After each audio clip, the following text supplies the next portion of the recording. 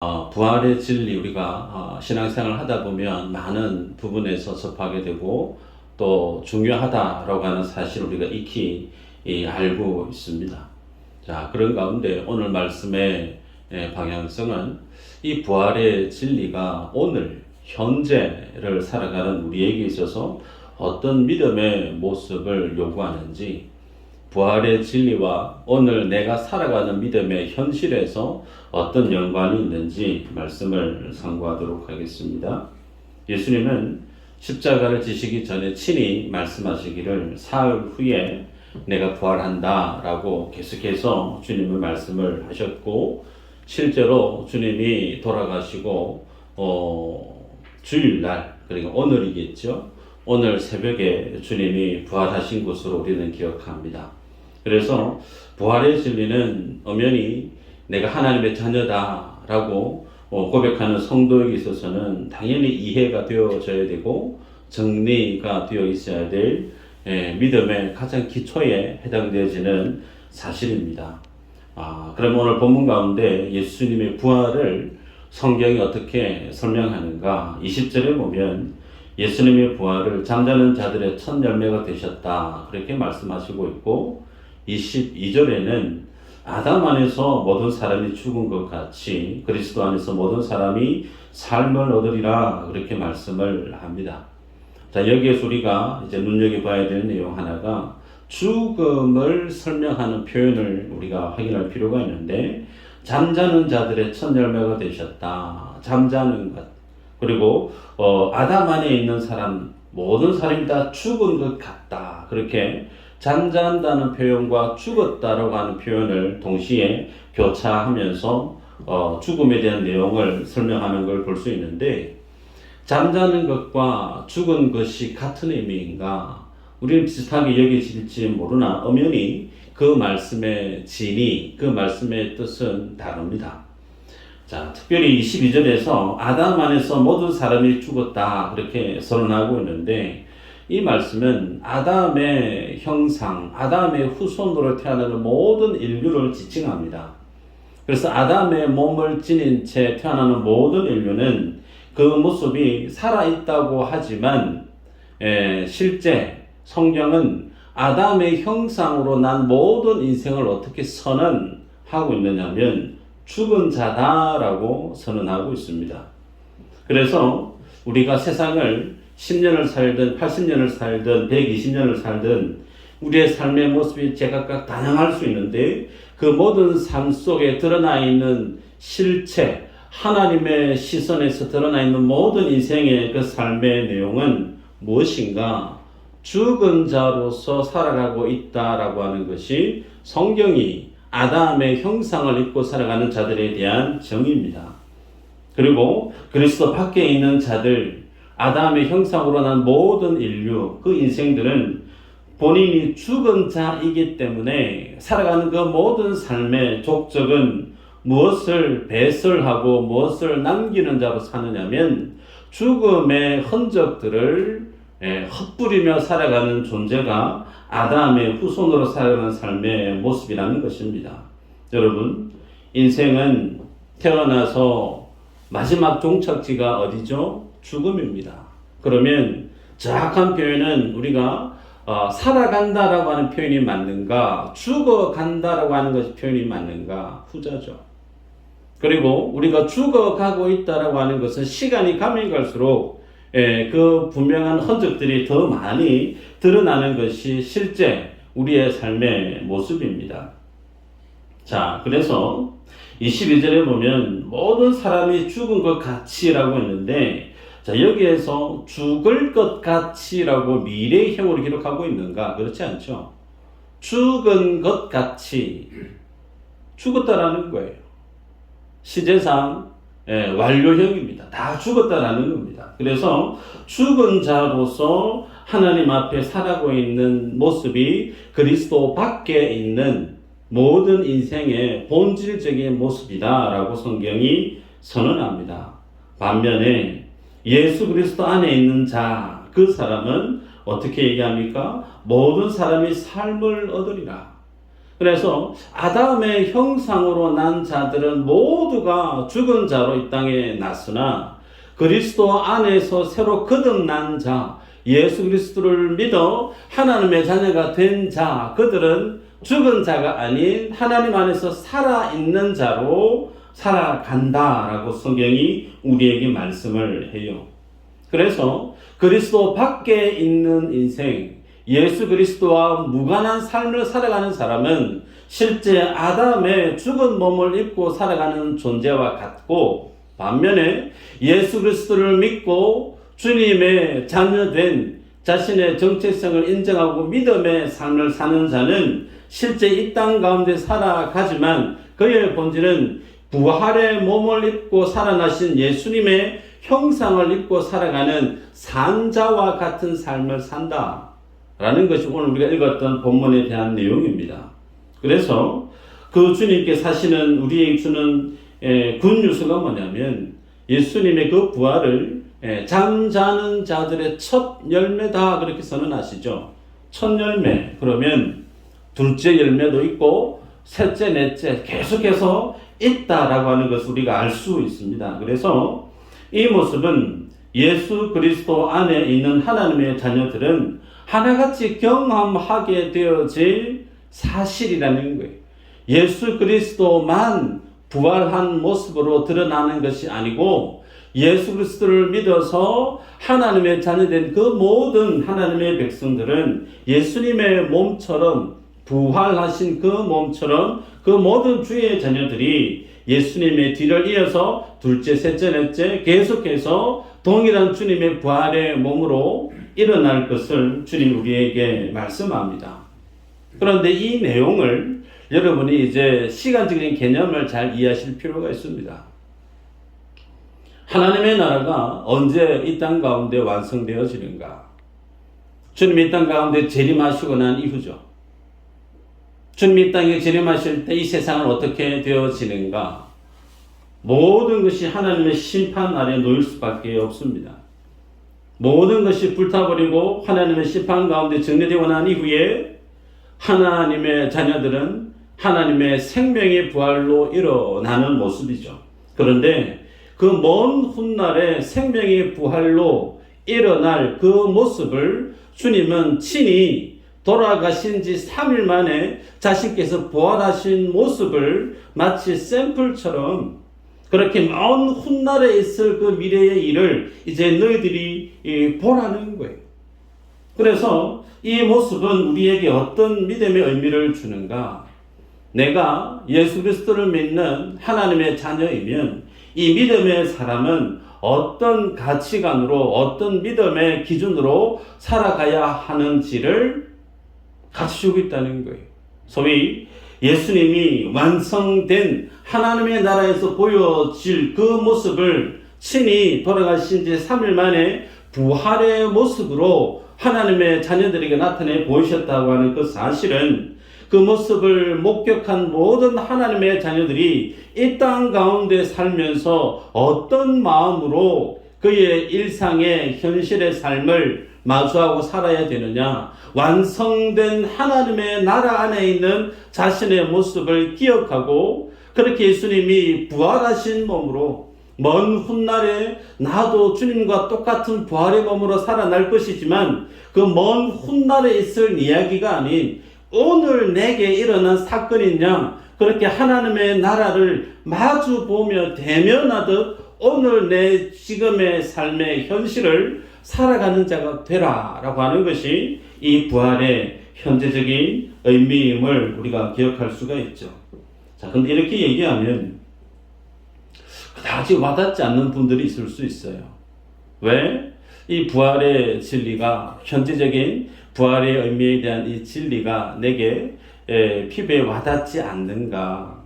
생각해보면 예수님의 십자가에서 죽으심과 그 주님의 부활하심이 내하고 뭔 상관이 있는지 잘 정리가 안 되어 있는 분은 이런 어떤 메시지를 접하게 되어지면 막연하게 들릴 수 있습니다. 두 번째, 부활이라고 하는 것은 지금 당장에 나와는 아무런 관련이 없는 내용처럼 여겨질 수 있다는 거죠. 내가 죽어야 되고 죽고 난 이후에 예수님이 이 땅에 재림하고 난 이후에 일어날 일이 부활이기 때문에 지금 당장에 내가 살아가는 내가 서 있는 현실에서는 이 부활에 대한 내용보다 당장에 오늘 내일 살아내야 될 삶의 문제들이 너무 많아서 시급한 것이 아니기 때문에 차후로 밀려버리는 거죠. 여러분, 그렇다면 이 부활의 진리가 현재를 살아가는 우리에게 정말 그렇게 밀쳐내도 될 만한 그런 어떤 진리의 모습인가 볼까요? 20절에서 예수님의 부활을 잠자는 자들의 첫 열매다 그렇게 말씀을 하셨는데, 세상 사람들은 죽음의 사실을 두고 잠잔다라고 말하지 않습니다.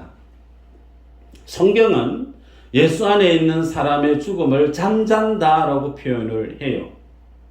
그래서 엄연히 다르다라고 서두에 말씀을 드렸는데, 예수 믿는 사람만이 죽음의 사실을 잠잔다라고 말할 수 있는 근거가 어디 있는가? 거기에는 철두철미하게 완전하게 예수 안에 있는 인생과 하나님과의 관계성이 전제되어져 있는 표현, 그것이 잠잔다라는 것으로 죽음을 설명한다는 겁니다. 그래서 예수 안에 있는 자는 절대로 하나님과 분리되어지거나 하나님과 떨어져서 이 떨어져 있는 자신을 생각할 수 없는 존재라는 겁니다. 말씀을 한번 볼까요? 로마서 8장 38, 39절 한번 읽어보십시다. 시작.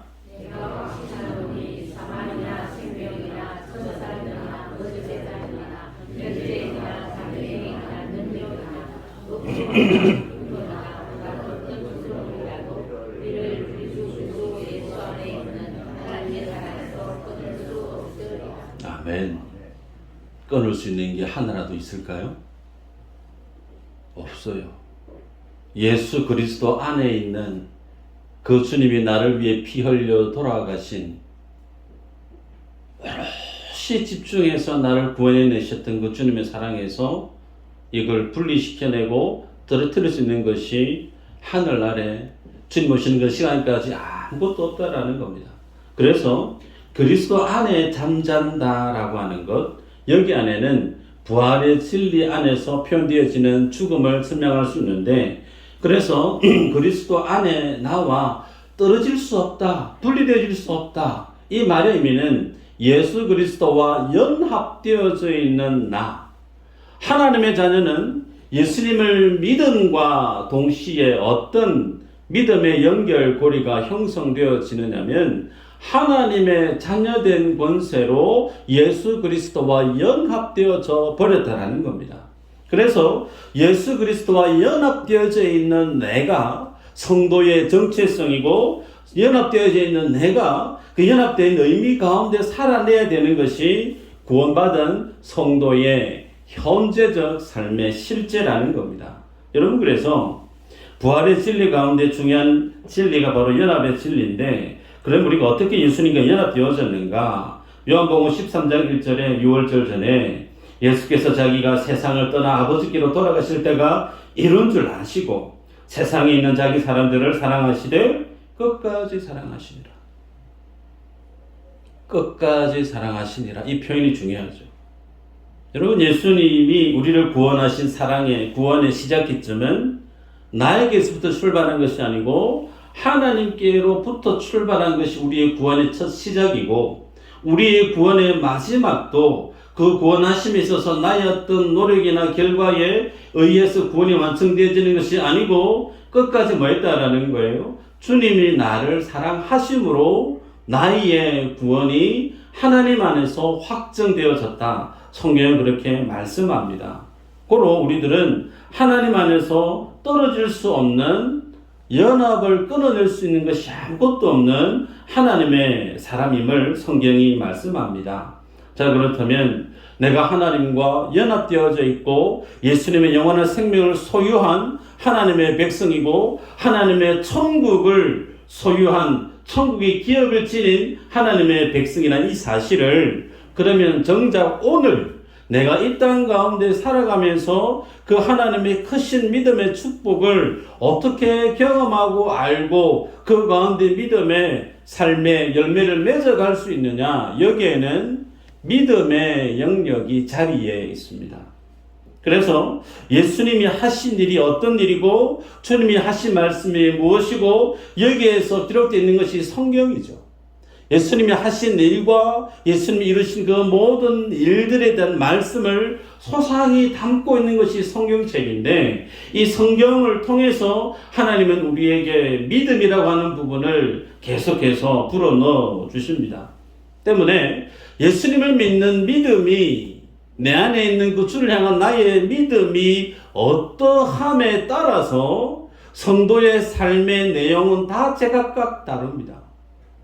예를 들면 예수님 주시는 믿음 가운데 큰 믿음의 자리에 있는 사람, 뜨거운 믿음에 있는 사람, 변질되어지지 않고 날마다 하나님 앞에서 무럭무럭 그 믿음이 자라나고 성숙되어지는 사람, 그 사람의 삶의 모습에는 그에 준하는 믿음의 열매가 있어요. 그런데 그 믿음이 믿는 것 같기도 한데 안 믿는 것 같기도 하고 뭔가 많이 부족한 것 같고, 그러면 그에 준하는 삶의 모습이 그의 삶의 내용 가운데 채워질 수밖에 없다는 겁니다. 그럼 이 믿음에 대해서 우리가 고민하지 않을 수가 없겠죠. 말씀 한번 볼까요? 히브리서 12장 2절에서 4절까지인데 한번 읽어보십시다. 시작.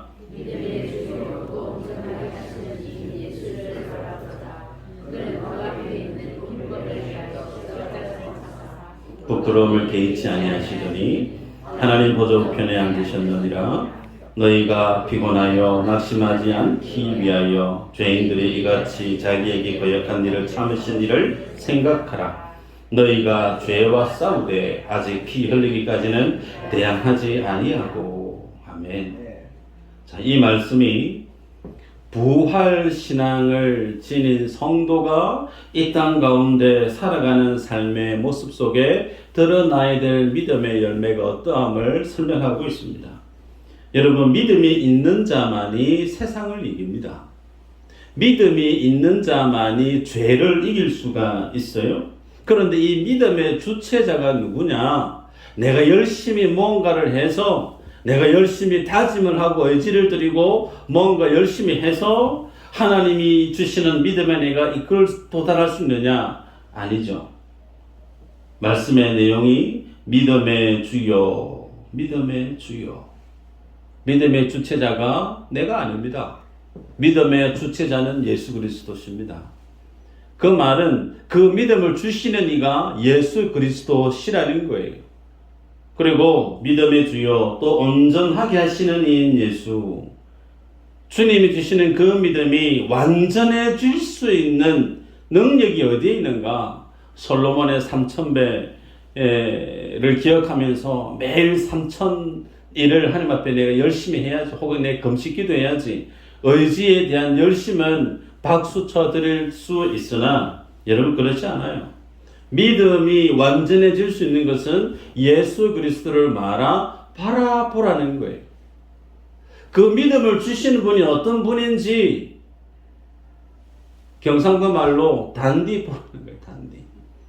그래서 여기서 바라보다의 말의 의미가 뭐냐면 관찰하듯이 주의 깊게 바라보다, 그 뜻이에요. 예를 들어 보면 성경에 사도행전 17장 11절 말씀이 있어요. 베레아에 있는 사람들은 데살로니가에 있는 사람들보다 더 너그러워서 간절한 마음으로 말씀을 받고 이것이 그러한가 하여 날마다 성경을 상고함으로. 하나님을 바라본다라고 하는 그 말에 대한 설명을 빗대어 설명할 때 하나님의 말씀을 어떻게 받는다고요? 간절한 마음으로 말씀을 받고. 여러분, 하나님을 바라보는 것이 관념적으로 혹은 개인적인 어떤 경험적으로 그거 아니에요. 하나님의 말씀을 내가 어떻게 받아야 될 것인가, 그 말씀을 간절함으로 받고, 받은 그 말씀이 진짜 하나님의 그 말씀이 맞는가, 뭐 한다는 거예요? 날마다 상고하는 거. 말씀 앞에서 들은 말씀에 대해서 확인하고 그 말씀의 깊이를 묵상해 가고, 그것이 곧 하나님을 바라보는, 관찰하듯이 주의 깊게 바라보는 그것이 우리에게 뭘 준다라고 하냐면 주님이 우리에게 주시는 그 믿음을 완전하게 온전하게 한다라고 성경이 우리에게 얘기합니다. 그래서 이 믿음을 지닌 자만이 뭘 할 수 있느냐면 히브리서 좀 전에 읽었던 12장 4절 이후로 보면 죄와 싸운다라는 거예요. 피 흘리기까지 두려워하지 않고 죄와 세상 가운데 맞서 싸우는 자로 부활신앙은 우리로 하여금 철저히 세상 가운데 타협하고 세상 가운데 물들어가고 세상과 하나 되는 삶을 배척하고 철저히 나라고 하는 하나님 안에 있는 사람은 이 세상에 속한 사람이 아닌 예수님이 친히 보여주셨던 완성될 그 하나님의 나라의 영광을 친히 보았던 것처럼 하나님 나라에서의 삶을 이 땅 가운데서 살아가는 능력을 부여받게 해주는 것이 부활신앙 안에서의 현재적 삶의 의미라는 겁니다. 여러분, 그래서 예수 그리스도를 믿는 우리에게 이 하나님의 연합의 의미가 참 중요합니다. 새벽 예배 때 말씀을 드리는 것 같기도 한데, 연합되어진다라고 하는 것은 하나가 되어진다라고 하는 말이죠. 그러면 어떻게 하나가 되어줄 수 있는가? 두 사람이 신혼부부가 결혼을 하면 신혼 때 부부싸움 하는 횟수가 많을까요? 나이가 50, 60이 돼서 두 사람 다 흰머리가 다 나 있는데 그때 가서 부부싸움 하는 횟수가 많을까요? 경험담. 여전히 부부싸움 많이 하세요? 굳이 그렇지 않죠. 신혼 때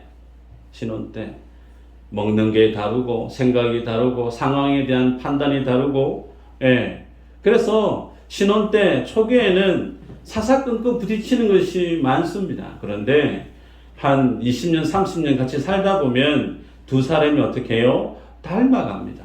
먹는 식성도 닮아가고, 트러블 일어나는 어떤 그런 경우의 수도 많이 없어져 가죠. 왜 그런가? 두 사람이 하나가 되어져 가고 있다는 반증이죠. 그 말의 의미는 그 사람을 위해서 나의 것을 포기하는 거예요. 서로가 서로를 위해서 자신의 생각을 내려놓고 자신의 가치를, 자신의 생각을 그 사람에게 맞춰가는 거예요. 그것이 뭐죠? 하나가 되어져 가는 과정이죠. 그럼 여기에서 예수 그리스도와 우리가 연합되어졌다라고 하는 것에 대해서 한번 생각해 보십시다. 여러분, 예수님을 믿으면서 내가 예수님과 연합되어져 있는데 믿음의 삶의 현실을 돌아보면 예수님은 예수님이고 나는 나, 그렇게 예수님과 내가 따로 평행선을 걸으며 예수 믿는 삶을 살아갈 수 있을까? 그럴 수 없다는 거예요. 예수 그리스도가 가는 그 길에 나도 같이 간다는 거예요. 그래서 여러분, 나의 뜻을 위해서, 나의 계획을 위해서 주님이 지니신 뜻을 포기하시는 분이시니까 맞나요? 아닙니다. 우리 주님은 우리의 주인 되신 왕 되신 분이세요. 그래서 주님은 주님의 뜻을 포기하시는 법이 없습니다. 그러면 결국에는 연합되어져 있다고 하는 그 의미 안에는 한쪽이 반드시 한쪽으로 합치는 수밖에 없는데 결국은 어떻게 되어지느냐? 예수 그리스도의 뜻에, 그 주님의 계획에, 종국에는 나라고 하는 사람의 생각이, 모든 삶의 목적이, 가치관이 예수님의 말씀과 주님의 뜻 가운데 합치되어져 가는 거죠. 그것은 무엇으로 드러나느냐면 내 뜻과 소망과 욕심과 계획들이 참 많이 있는데 그 모든 끈끈 하나가 예수님을 믿어가는 삶 속에서 무엇으로 드러나느냐면 자기 부인으로 드러난다는 거예요. 자기 포기로 드러난다는 거예요. 더 나아가면 예수를 믿어가는 삶의 연수가 더해지면 더해질수록 나라고 하는 사람의 모습은 주님 앞에서 없어지는 겁니다. 누구만 또렷이 드러나고 누구만 또렷이 거룩하게 드러날 수밖에 없는가? 예수 그리스도밖에 드러날 수 없는 거예요. 소위 이것이 예수님을 믿고 이 땅 가운데 부활신앙을 경험하고 살아가는 성도가 살아가는 신앙의 모습임을 여러분이 꼭 기억하실 필요가 있습니다. 여러분, 그래서 예수님 믿으면서 내 계획이 성공하고 내 뜻이 잘 됐다고 해서 야, 내가 하나님의 복을 받았다라고 그렇게 단편적으로 선언할 수 없다는 거예요. 잘됨과 성공이 때로는 예수님의 뜻과 예수님의 계획과 상반된 것일 수도 있다라는 겁니다. 그래서 예수 믿는 것은 주님께 내 계획을, 내 뜻을 관철시켜가는 것이 신앙생활의 복이 아니고 하나님의 뜻에, 그 주님의 계획에 내 마음을 꺾어가고 내려놓게 되어지고 자기 자신을 부인해가는 과정이 예수님을 믿는 믿음의 정도라는 사실이죠. 그래서 이런 믿음의 변화를 겪어가는 새로운 인종, 새로운 어떤 종류의 사람, 그 사람을 성경은 어떻게 표현하느냐 한번 볼까요? 고린도후서 5장 17절 한번 읽어보십시다. 시작.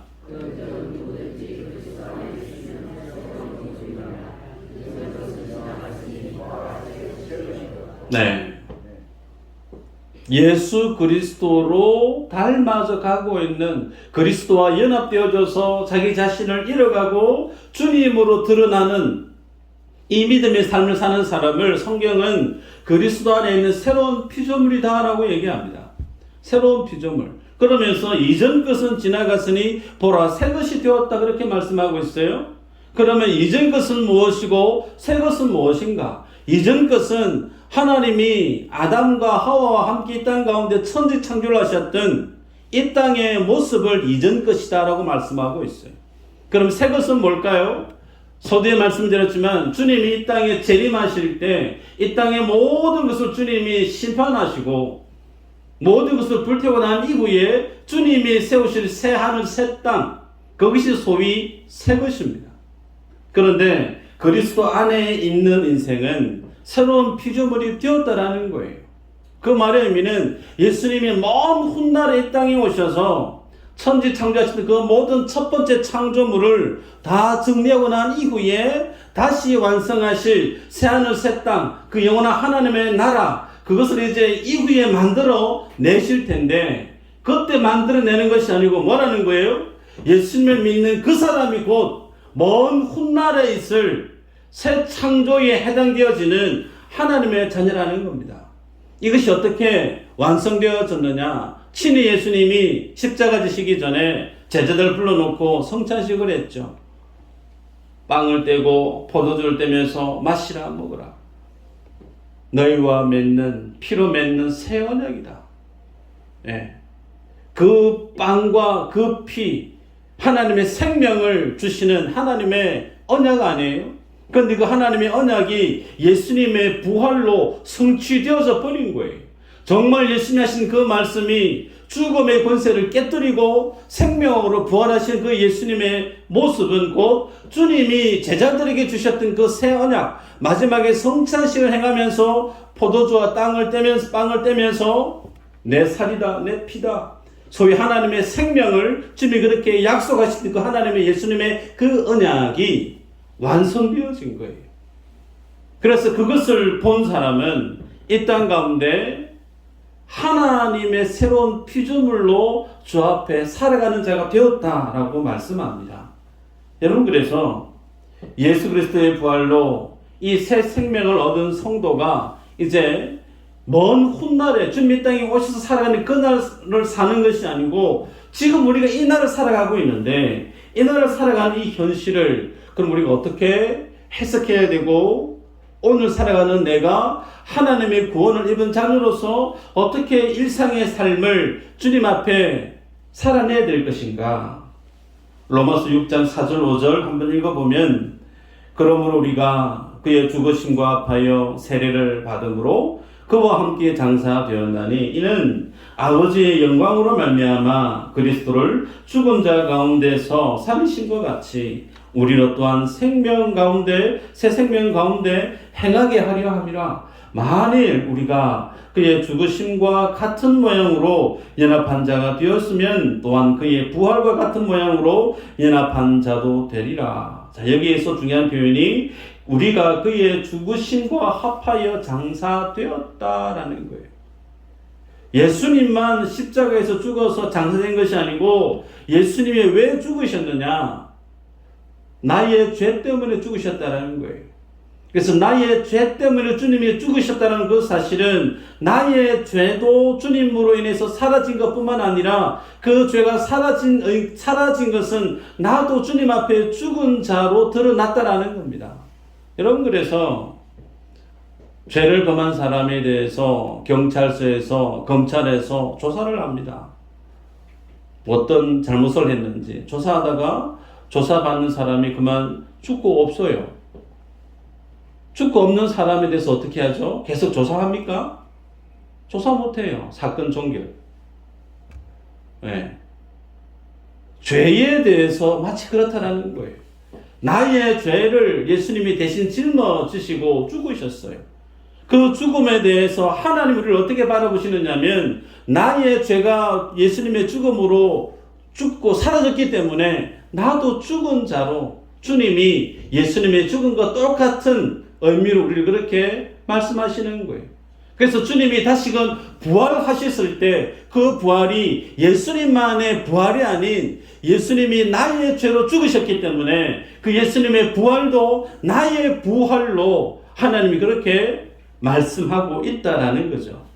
그러면 중요한 것이 왜 하나님이 그렇게 부활의 은혜를 우리에게 주시려고 하셨는가? 읽었던 말씀에 보면 새 생명 가운데 행하게 하려 함이라. 여러분, 예수님께서 십자가에 죽으신 것은 죄 때문에 죽으셨어요. 죄 때문에 자신의 피를 다 쏟아가면서 그 죄와 가장 처절하게 싸우신 분이 예수 그리스도세요. 그렇게 자신의 죽음을 불태우면서 죄를 소멸하셨던 그 주님께서 우리에게 주신 것이 예수의 생명인데, 이 예수님의 이 생명이 어떤 의미가 있는가? 그냥 예수님 믿고 내가 구원받았으니까, 천국은 보장되어 있으니까 하나님 감사합니다, 그게 아니라는 거예요. 1차원적인 그 뜻이 아니라는 겁니다. 예수님의 십자가의 그 은혜, 그 생명을 통해서 우리에게 뭘 기대하시는가? 읽지는 아니했지만 좀 전에 읽었던 로마서 6장 5절 이후로는 죄와 싸우는 성도의 삶을 쭉 설명하고 있어요. 그래서 예수님이 부활의 은혜를 우리에게 주실 때 새 생명 가운데 행하게 하려 함이라, 그 행하게 하려 함의 의미는 죄에 대해서 싸우는 자로 더 이상 죄에 끌려 다니는 자가 아닌 죄의 종으로서의 삶이 아닌 하나님의 자녀된 삶의 모습으로 천국 완성된 하나님의 나라에 속한 하나님의 백성의 가치관으로 그 믿음의 기준으로 이 땅 가운데서 살아가는 자가 되게 하기 위함이라는 사실을 성경이 기록하고 있습니다. 여러분, 그래서 우리들이 예수님을 믿으면서 부활신앙에 대해서 묵상하면서 내 안에 점검해야 될 사실이 뭐냐면 내가 죽기까지 죄와 싸우는 삶을 살아가고 있는가. 심지어 성경은 죄에 대해서 우리가 죽었다라고 얘기합니다. 죽었다. 여러분, 죽어있는, 죄송스럽지만 시신은 감각이 없어요. 그죠? 바늘을 꽂아도 감각이 없어요.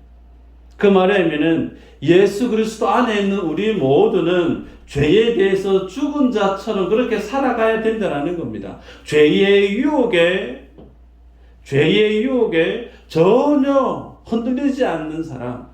그 말의 의미는 죄의 유혹에 누가 흔들리지 않을 수 있느냐? 하나님의 다스림 안에 있는 사람만이 그 죄의 유혹을 이길 수가 있어요. 조금 어려울 수 있는데, 죄의 유혹이 흔들린다고 하는 것은 내가 하나님께 다스림을 받지 않고 있다는 겁니다. 아멘인가요? 네. 내가 하나님의 철두철미한 다스림 안에 있는 인생은 죄의 유혹을 뿌리치고 이겨냅니다. 그래서 완전한 하나님의 통치 안에 있는 자, 완전한 하나님의 다스림 안에 있는 자, 죄를 이깁니다. 그래서 완전히 하나님의 다스림 안에 있는 것을 하나님의 나라에서 그것을 어떻게 표현하느냐면 안식하다 그렇게 표현해요. 천국의 대표적인 천국을 설명할 수 있는 표현 중에 안식이라고 하는 부분. 안식. 여러분 그 안식은 완전한 하나님의 권세 아래 완전한 하나님의 능력 안에 주님이 붙들고 있는 거예요. 거기에는 어떤 것도 하나님의 평강을 깨뜨릴 수 있는 것이 허용되어지지 않습니다. 하나님으로 온전히 다스려지는 그 하나님의 통치, 샬롬, 평강 그것이 곧 안식과 일맥상통하죠. 그래서 여러분 우리가 부활신앙에 대해서 묵상하다 보면 죄에 대해서 이제 예민하게 되어지는 거예요. 죄에 대해서 예민하게 되어진다는 것은 내가 하나님의 다스림 안에 있는 삶을 절개하게 되어지고 하나님의 통치 안에 있는 삶을 기뻐하게 되어지더라는 겁니다. 그래서 내 마음의 기쁨의 근원이 어디 있느냐? 하나님이 나를 다스리는 하나님의 권세 안에 있는 나, 하나님의 주권 안에 붙들려 있는 나, 그것을 내가 바라볼 때 내 마음에 뭐가 있다는 거예요? 안식이 있다는 거예요.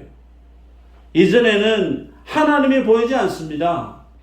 돈이 있어야 내 마음이 평안함이 있고 세상에 권세가 있어야 내 마음 평안함이 있었는데 이제는 내가 예수님이 부활하신 그 진리를 마주하고 나니까 돈이 없어도 권세가 없어도 내 인생이 내 삶이 하나님의 주권에 붙들려 있다는 사실을 내가 믿게 되어지니까 내 마음 안에 상황이 어떠하든 환경이 어떠하든 예수 그리스도가 주는 내 안에 있는 기쁨이 평안이 요동하지 아니하는 것, 그 삶은 장차 어디에서 맛보게 되어지는 것이냐면 천국에 가서 내가 죽고 없고 천국에 가서 하나님을 마주하면서 맛고 누리게 될 천국의 그 기쁨인데 그 기쁨을 죽고 나서 가는 천국에서 맛보는 것이 아니고 이 땅에 있으면서 그 하나님의 안식을 평강을 맛보며 살아가는 인생, 이것이 부활신앙이 우리에게 매일매일 현실을 살아가게 만드는 능력이 된다는 겁니다. 말씀을 맺습니다. 여러분, 부활을 믿는 사람, 부활신앙을 소유한 사람, 죄에 끌려 사는 사람이 아니고 죄와 싸우는 사람이에요.